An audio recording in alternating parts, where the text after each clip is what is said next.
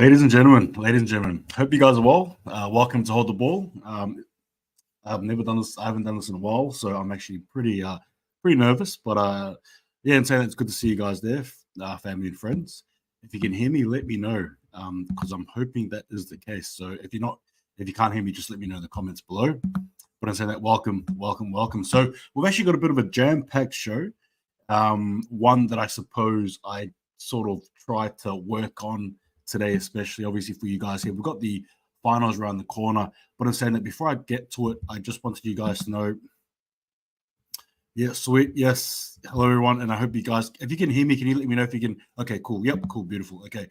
So, yes, as you can see here as well, I've got the table here with, who's first, second, third. As you guys know, I did do a video a fortnight ago saying that I was back. I sort of decided to carry on because I thought, well, the finals are on soon, so I may as well just jump when the finals are on and carry on from there. Things have been a little bit hectic with my end, but in saying that, I'm back and I'm ready, and I hope you guys are well. Before we get into it, though, I just want to do a quick review of the round that was. So obviously, that was round 27 there. We all know what happened, right? The first game, was against the Broncos and the Storm. In my opinion, obviously, both these teams here not fielding their best players, but in saying that, how good did the Storm look nonetheless? And Fa'alongo as well, their fullback, that dude has a big future. Why did the Melbourne Storm always produce quality fullbacks? That's what I want to know. Why is it from the likes of Slater, Pappenhausen, right? Like, you thought when Slater was gone, there'd be, that's it, right? Then I think they had Pappenhausen in the mix there, and Meany sort of in there. And now they've got this dude here, Fa'alongo, a product of Victoria, and you just sit there getting very angry. But anyway, the game itself, I thought it was a good, rough game. They obviously Broncos, scoring the first two, I believe. But they just sort of, I suppose both teams were probably, they didn't play their best footy. But again, I just thought for mine that the Storm, despite the many outs, they just looked very much in control, particularly in the second half of the game. But I'm saying that the Broncos, in my opinion, too, I thought they looked good. But I'm saying that you can't really judge much. But overall, the game, what I thought, it was a good game. You can't go wrong there. But yeah, interesting though that the Broncos pulled their players out, when they had a chance to win a minor premiership. And I'm not saying I'm the coach here, but I almost think that he thought that they would win, right? Possibly. And we all know what happened there.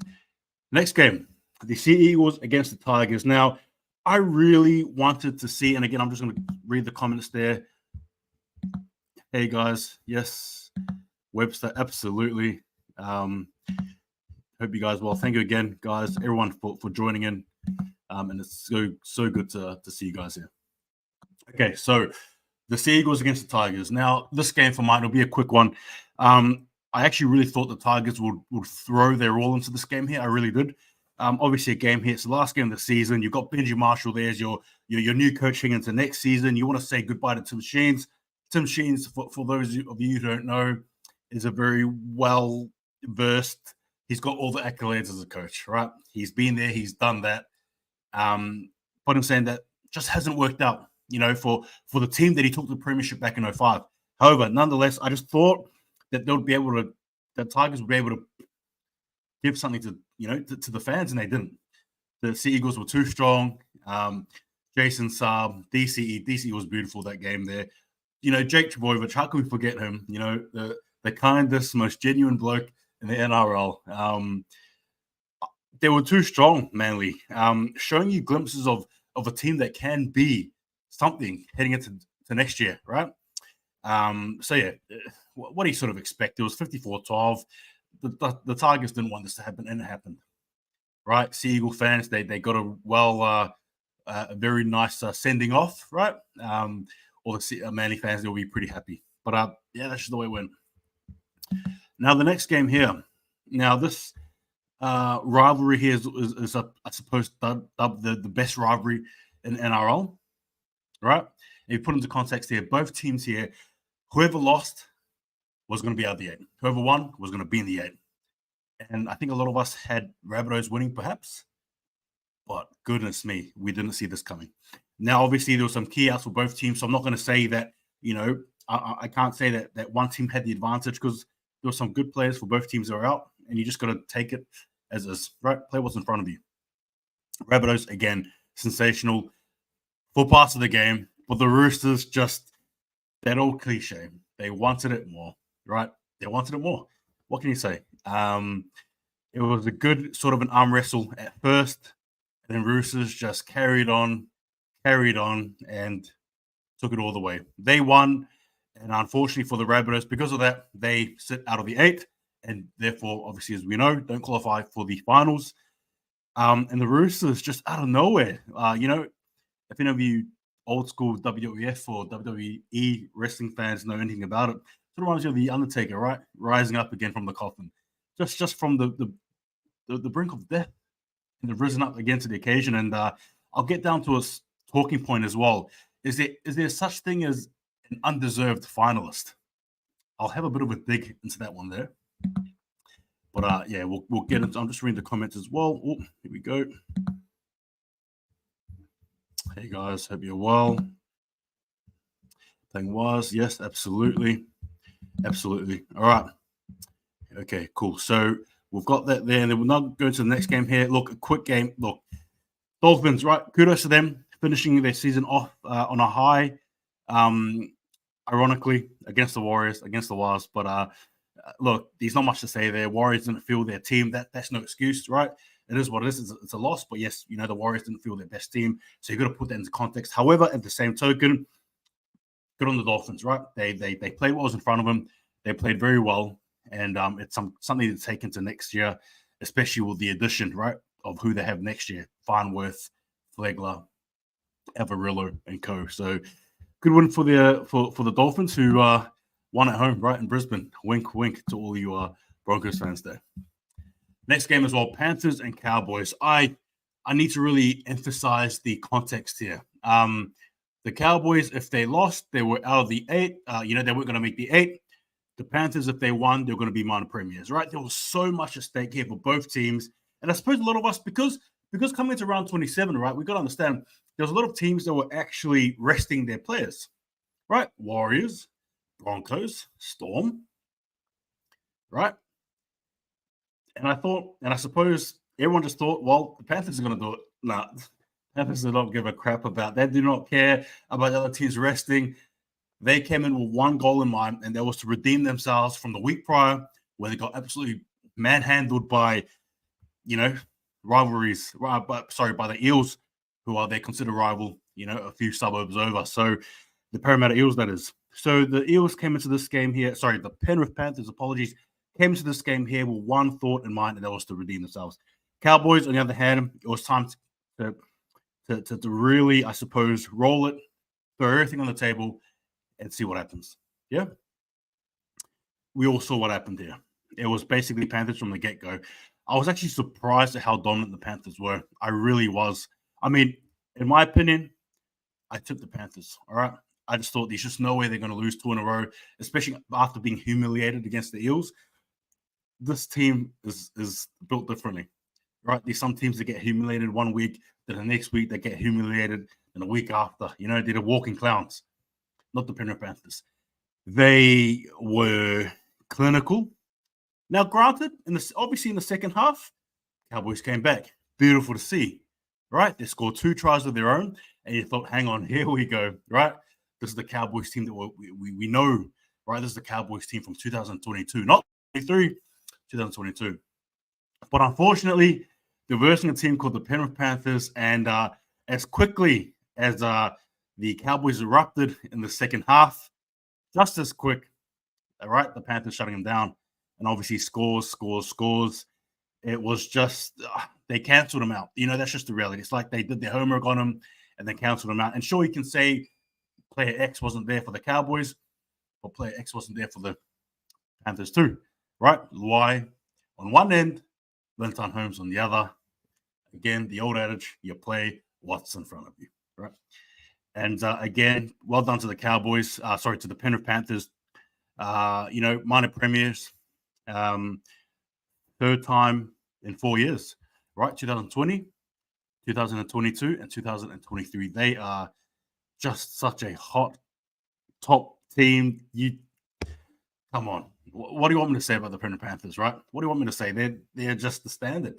They're the gold standard. Literally, they're the gold standard, right? Penrith Panthers are the team to beat, and unfortunately, the Cowboys could not do it. As for the Cowboys, I'm sure they'll be ruining on some of their chances. And as I sort of reflect quickly on the bottom 8 teams, which I will do, your team will definitely be mentioned. Stay tuned for that. I'll touch on that. Next game was the Dragons and the Knights. Hang on, I'm just going to read the comments here.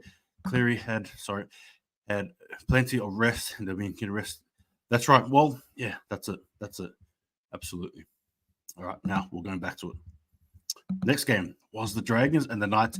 I took the Dragons here. I really thought the Dragons would finish off on a high. Now, that's not taking anything away from the hot in-form Knights, by the way. The Knights have been sensational this year, particularly the latter end, Again, much like the Roosters, grasping that top 8, barely. Conversely, the Knights, right, coming from the brink of death in the former stage, so the first part of the season, and then midway through and then to the end, just winning game after game. I think there was the 8th or 9th one in the row. Someone let me know in the comments there. But again, this game here, I don't know. It was just a typical game from the Dragons. I mean, it's something we've been accustomed to seeing. Sure, there's been a bit of guts there, but not enough, right? A bit of toughness there, but not enough. And the Knights, well, they've been tough, they've been strong, they've been on point. They're a team that could, oh man, I'll get to that, but beware of the Knights. Beware of the Knights. That's all I'll say. Dominic Young as well, that score, that try, that put down that Dominic Young had, I've got to say, I was absolutely in love with it. But yeah, I mean, hats off to the Knights. As for the Dragons, well, again, for them, it's been a bit of a season, right? Bit of distractions, but it is what it is.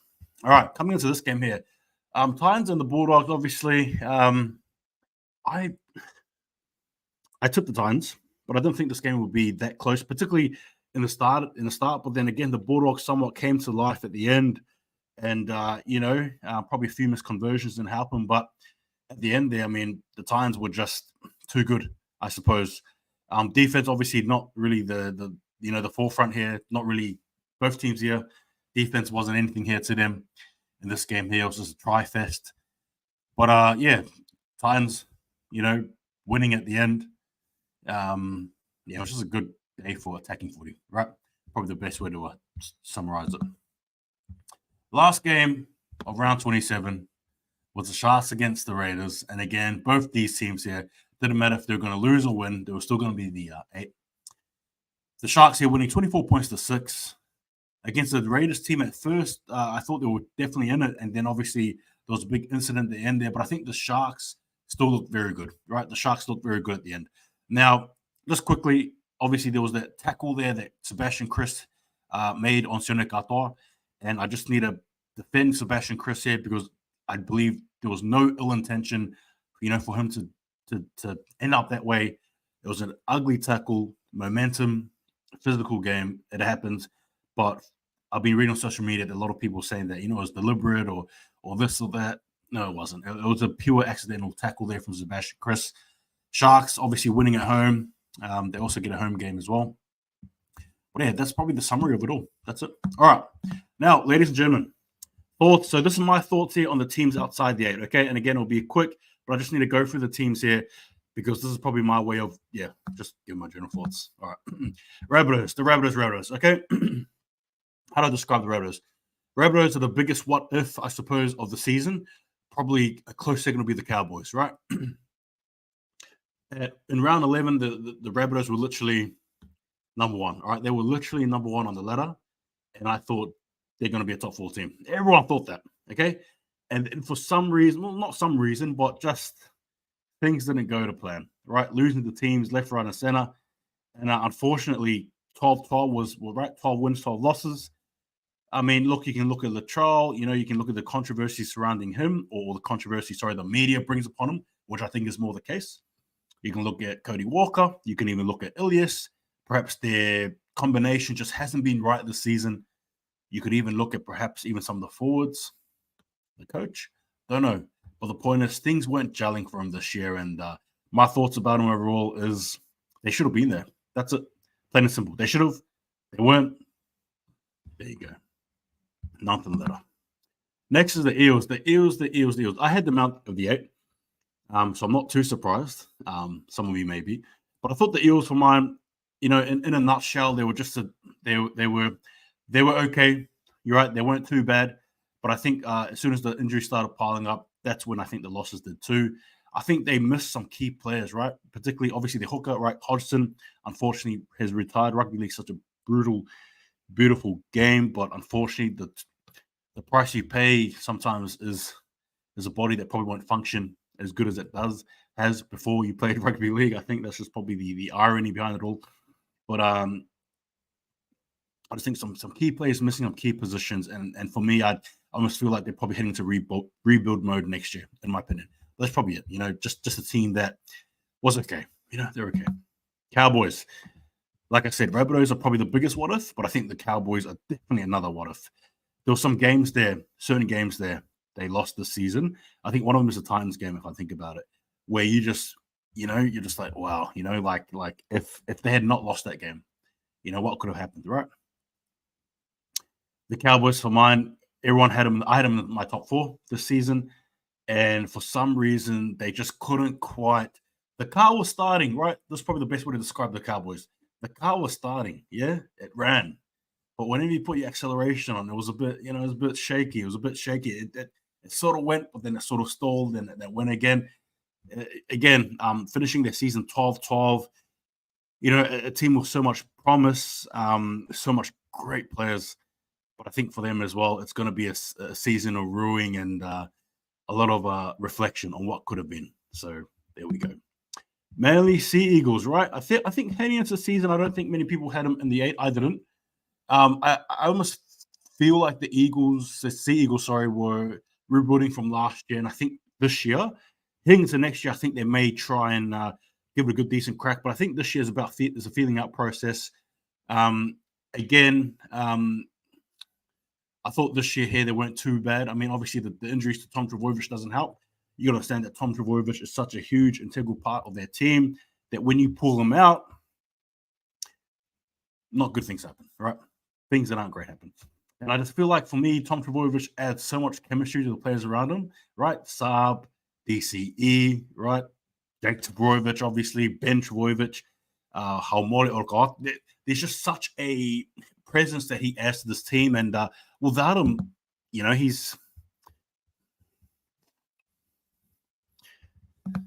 Sorry, just quickly comment there. Already looking forward to the Raiders. Yep, good on you. Absolutely good on you. Okay, and back to the Seagulls as well. I just feel like Tom Trbojevic is he's such an integral member, player of the team that without him, you could see the gaps in Manly, and that's with all due respect. I mean, obviously you got the likes of, as I mentioned before, Trbojevic, DCE, right? Harper, Brad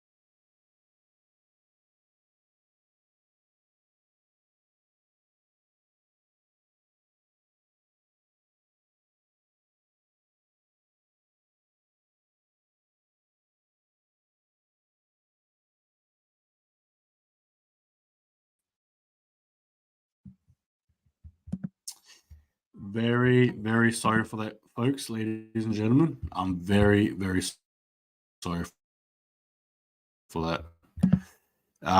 Technical issue. The computer decided to actually restart itself. So I'm very, very sorry for that. Apologies. But we're back on track. Anyway, it's annoying, but the show must go on.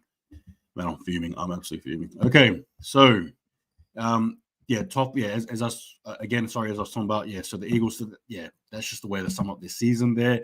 Heading to the Dolphins here, we all know they finished 13th.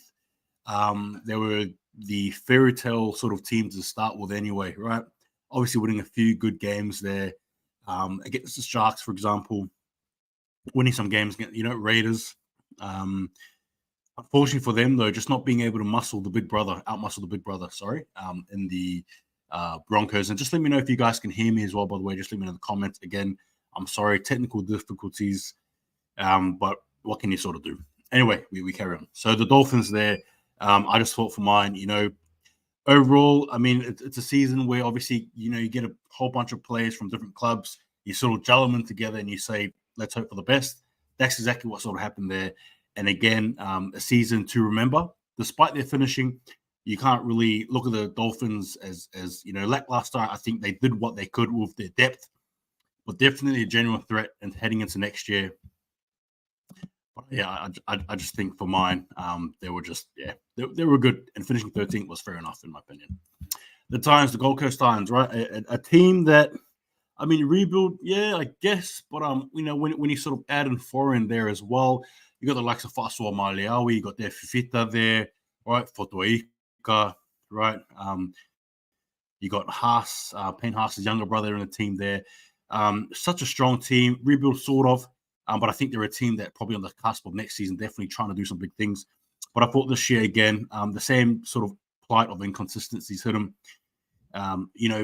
Big wins, big losses, right? As you can see there, 9 wins, 15 losses. Definitely some games they probably could have won. As we know, the Titans led well, right? The story was this year is, they led many teams into the second half, right in the first half, and they come the second half, and there was just some breakdown. Whatever it was, I'm not too sure. I don't know how a team like Titans, who had such a beautiful, wonderful lead on so many teams, fall like that. If the Titans actually won the games that they're actually leading, right? So in the first half, if they actually won the games throughout, they actually would have been a genuine top 4 team. Like the Titans would have been a top 4 team. But again, inconsistencies, lack of experience, perhaps a little bit of locker room drama, if you will, wasn't meant for them. Bulldogs. Goodness me. Last season, I thought I'd give them a break, right? Because they were just starting their rebuild under Gus Gould. So you sort of let them off, right? This season, I've just barely hung on my wits here with them. I'm ready to let loose on this team. I'm that close, but I think I'll give them one more chance. My good friend Fanatics, has suggested I do. And I suppose at the end when him and I were conversing about the Bulldogs, him and I found ourselves getting a little bit upset at them as well. So it is what it is there. But look at the Bulldogs, 7 wins, 17 losses.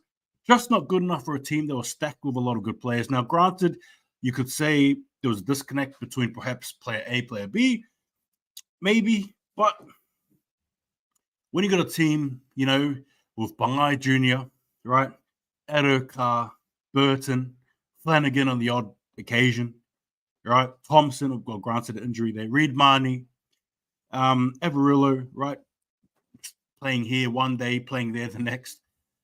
Nonetheless, I just think the Bulldogs could have done a bit better than their record suggests, right? Particularly their team around them. Now, I'm going to quickly. Wobben, oh, brother, it is so good to see you, man. And I absolutely appreciate that. Yes, up the wires. Thank you. And appreciate that. Everyone, remember to follow my good friend there, Wobben Jaw.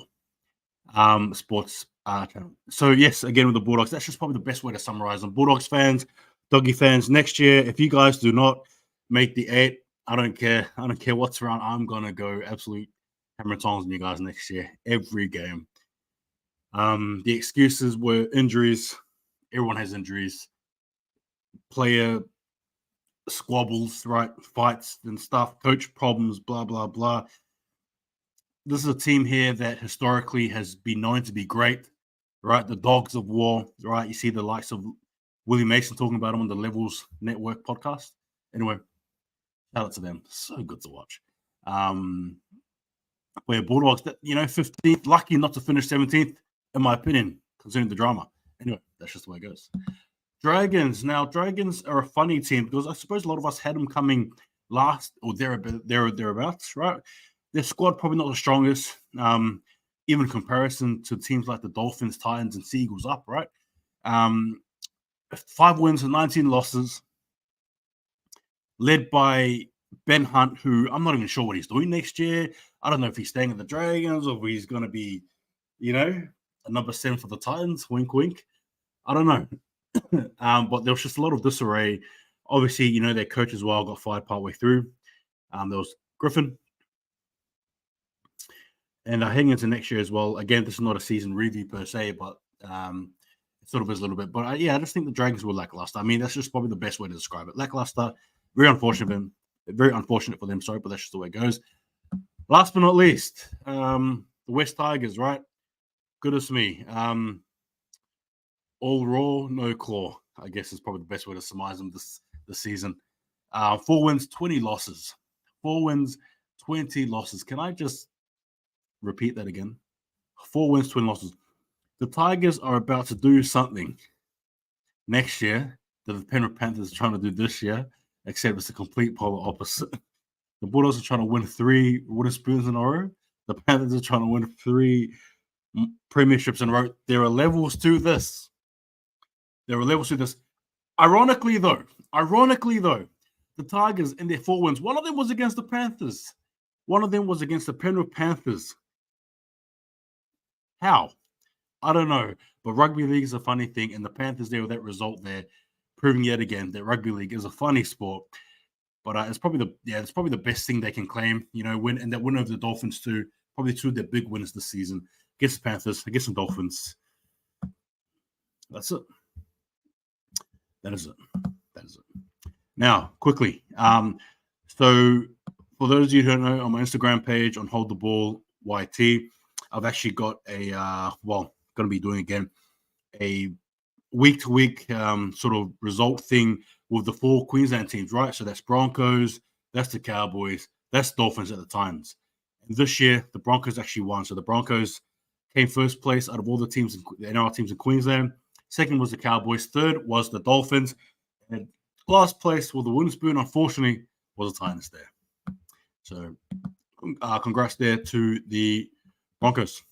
Now, with the Week 1's finals previews, and again, Warriors fans and the like, stay tuned tomorrow because I'm actually going live with NRL Fanatics as we actually look into the Warriors specifically in our game against the Penrith Panthers. So stay tuned for that. This is going to be just a quick overview. There's nothing really too deep here. But look, Broncos and Storm, I'll just quickly read this comment here. There you go. It was a wet. Yeah, that's right. Yeah, that is true. Okay, so the Broncos and the Storm. Yeah, so again, Warriors fans, Wasps fans, just if you're looking for a more in-depth convo about the Warriors, tomorrow night is for you, right? This is more like a general overview for every team, right? Every team there. And I actually had a screen share as well, but it's just not going to be, ladies and gentlemen, because of the fact that the computer went the way it did. I don't know. We'll see. Maybe I'll give it a try. Anyway, actually, yeah, I might do that quickly. Okay, anyway, we'll forget it. So the first game is the Broncos against the Storm. Now, this time here, both these teams here will be bringing their best squad available. The likes of Walsh, Payne Haas, Carrigan, if he's fit, which I think he is. The likes of Cobbo on the other end for the Storm. The likes of, Munster, Hughes, Asafa Solomona, right? It's going to Pappenhausen, right? I'm assuming he'll be picked, Meany and co. This game here for mine, I mean, this is just such a. I don't know, because the Storm have the wood over the Broncos, and I just feel. And again, this is not like my official tips, by the way. This is just a preview.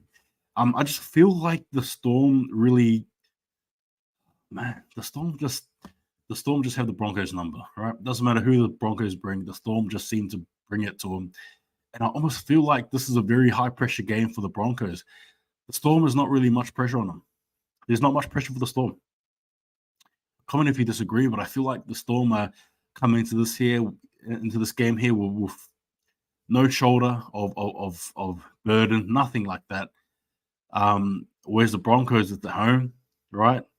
They're going to bring in their best players, but at the same time as well, it's against a team that normally beats them with their eyes closed. Not to sound disrespectful, but that's just the way I sort of see it. It's going to be a high pressure game here for the Broncos. It really is. You know, I don't think they're too comfortable that it's a home game. If anything, it adds more stress, pressure, because it's against the Storm. If it was against the Warriors, the Panthers, you know, maybe they'll feel differently. But the Storm are just, come on.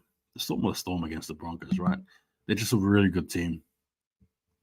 As William Pearson says, go to the Storm. And I agree. I just feel like, I don't know.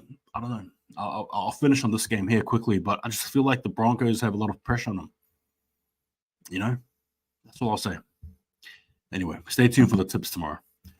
Next game is going to be the Panthers against the Warriors. Now, the Panthers, as we know, as I touched on it, they're the golden standard. They are the golden rule. They're everything that every team wants to be. There's just no other way to describe it, right? If you follow a different team, if you follow a team else, you know, that's not the Panthers, you want your team to be just as consistent as the Penrith Panthers are. All right? The Warriors, on the other hand, such a fairy tale sort of a uprising, particularly with Andrew Webster leading the helm. Sean Johnson there in the distance saying, you know, up the wires. But in all honesty, though, in all seriousness, the Warriors, from the brink of wooden spoon last year to where they are this season, well, you know, it's funny what perhaps a change of coach, some added players, and perhaps a sense of belief can do. But again, this is not about the Warriors, but you get what I mean. These two teams here come in here, and the Panthers, they look good. The Panthers look strong. They look mighty. They absolutely do. But the Warriors come in as the underdogs, right? They come in as probably every other person's second team. It's going to be a tough match here. Now, how the weather's going to go depends, but, you know, and again, the other question is Luai going to be back, right? Because the Warriors are going to bring in their A-team. You bet your bottom dollar the Panthers are going to bring their A-team. It's going to be such a physical game. And with that, I'll move to the next game. The Sharks and the Roosters. The Sharks and the Roosters. Yeah, well, Taylor, you've got to hope. My friend, I'll suggest even a bit of prayer, because the Storm are out to I don't know. I just don't think people are realizing just how much pressure is on the Broncos in this game. There's a lot of pressure. If you're a Broncos fan and you tell me there isn't, you're lying to yourself. You're absolutely lying to yourself. There's so much pressure here on the Broncos, it's not even funny. At home against a team that beats them with their eyes closed. I said it before and I'll say it again. The stats prove it. Anyway, we'll move on. Sharks and the Roosters. This is a very interesting game because obviously, again, right, it's well, you know, I'll say it's a Sydney, you know, it's a clash of the two, you know, the Sydney teams, if you will. Cronulla against Bondi. Cronulla against Sydney. This game here is going to be interesting. A very desperate Roosters team versus a very cool, calm, and I suppose level-headed Sharks team. Right? This game here is going to be fast-paced. I think it's going to be fast-paced. I think this game here is going to be defense out the window. You know, it's going to be Swali'i, you know, against Katoa. You know, it's going to be Williams against Tedesco. It's going to be Ramian against Smith. It's all that type of stuff. It's going to be Hunt, right? And Hamlin Uele, you know, against the likes of, I don't know. I was going to say Jared White-Hargreaves not even playing. Lindsay Collins, right? Victor Radley. This is going to be a superstar game. It's going to be a tough game. But I think this game will be closer than what we think. I don't think this will be a runaway game, a 13-plus game. I think it'll be a very close game. But again, stay tuned for tomorrow for my tips. And the last game is the Knights against the Raiders. Now, this game here, I think for mine, I mean, there's a lot of people who are probably very anti-Raiders. So in other words, very much against the Raiders for making the 8. But what do you do, right? They did what you had to do to make the 8, even if they were minus like 150,000, right? They still made the 8 because of their points, because of the points there, and that's just the way the cookie crumbles. This game for mine, it's a home game for the Knights. There's so much momentum on their side. It's going to take a miracle for the Raiders to stop them. And by miracle, I mean like the Knights don't rock up to the game. Okay, that's it. I think you know where I'm going with this one here.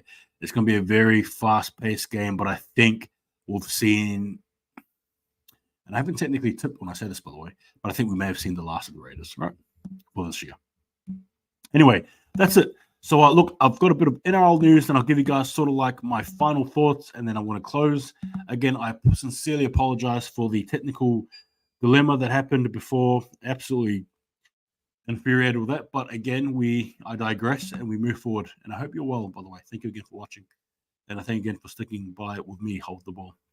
So, my thoughts here, undeserved. Is there such a thing, as undeserved finalists? So, when I say undeserved finalists, people out there, I mean like a team that has made the 8, but it looks like they shouldn't have been in there. I don't know. I mean, I look at it both ways, right? If in context you're a Cowboys fan, or perhaps you're a Rabbitohs fan, and you look at a team like the Raiders, and you're shaking your head, yeah, probably. But at the same time, if you're a Raiders fan, the Raiders did what they had to do. They won a certain amount of games, and they crossed that threshold, and they're in the 8, right? But for me, I don't know. I don't think if push came to shove, I don't think there's anything. I don't think there's no such thing as an undeserved finalist. The team that makes the 8 makes the 8. Now, again, you can look at plus minuses, right, and look at that and be like, so and so didn't deserve because of this, and that. Or, for example, people who don't like the Roosters, right? I have the Roosters in the 8, by the way. What do you do? What do you do, right? But yeah, no, I just think it's unfair to say that there are teams that don't deserve to be in the finals. Because if you've done what you can and your team just clings on the 8, well, that's better than being 9th, right? That's just the way it goes. But yeah, I don't think there's no such thing as an undeserved finals unless you were cheated, right? Cheated out of it, perhaps incidentally or whatever. All right, another piece of news as well, Latrell Mitchell moving to center, apparently. So just quickly, there was a report there that Latrell Mitchell could be possibly moving out from fullback, playing center. In my opinion, I think it's a good move, right? That's where he belongs. It's where we see the best of his magic. He does it for the Blues. He's done it for the Roosters. This is where he belongs, right? This is where he belongs. Here we go. Dom Young. So I mentioned Dominic Young's try. I think it was the best put down of all time. It was a sensational try. Long story short, the Knights went out right. They went out wide. And Moses Sully, moving from center to the wing position, covered the ground well, I might add, and actually managed to get hold of Dominic Young, virtually tackling him. However, at the same time, because of the momentum, both players sort of twisted themselves. Sully virtually twisting, Dominic Young ending somewhat upside down. However, he was still able to plant the ball. I thought it was a very good put down, a very good try. Probably the best try I've ever seen, in my opinion. Best put down, I've ever seen. But it's a put down that should be talked about for quite a long time. And if you're gonna entice somebody to become an NRL fan, particularly for the American pundits down there, show that clip there for sure. Last topic as well, guys, before I head off. Bulldogs offseason, what does it look like? Look, in my opinion, it's going to look like a big mess. And they better come out of it in the top 8 or there or thereabouts next season. I think that the criticism that they're going to get next year if they don't do well is warranted. And for a team that is under Gus Gould at the moment, there's just no excuses for that kind of stuff, right? No excuses, in my opinion. Anyway, that's my thoughts on it. Anyway, guys, quickly, I'm going to head off. But like I said, join us tomorrow. Sorry, the laptop. Anyway. Ladies and gentlemen, join me tomorrow. I'm back. Hold the Balls back. I'm going to be back and doing this and doing the off-season stuff. Apologies for the extreme lack of content. But as you guys know, I had some stuff going on, and sometimes you just got to prioritize that. But yeah, we are back. We are back, baby. Again, final thoughts. Look, it was a good season overall. It was a good NRL season overall. There was ups, there was downs, but I suppose at the end we got to see some really good things come out of it, right? Obviously, the likes of the Panthers, right, aiming for their third win in a row. But yeah, that's a good thing. The Warriors, right, the Wars, the Knights, right, surging home. The Roosters being a talking point, right, as per usual, and the Raiders, right, probably, yeah. If you look at their plus minus, it's very much a team that probably, yeah, had no right, but they did what they did. But yeah, overall, now it's a good season. Loved it. Obviously, we're heading to finals, and like I said, come join us tomorrow.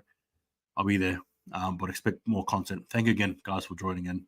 Again, apologies for the absolute lack of preparation regarding the laptop there. That took me out of my zone there. But that's just the way it goes. Should not happen again tomorrow. Fingers crossed. Anyway, take it easy. Bless you guys. See you next time. Just remember, you know it. Hold the ball. Not the wires.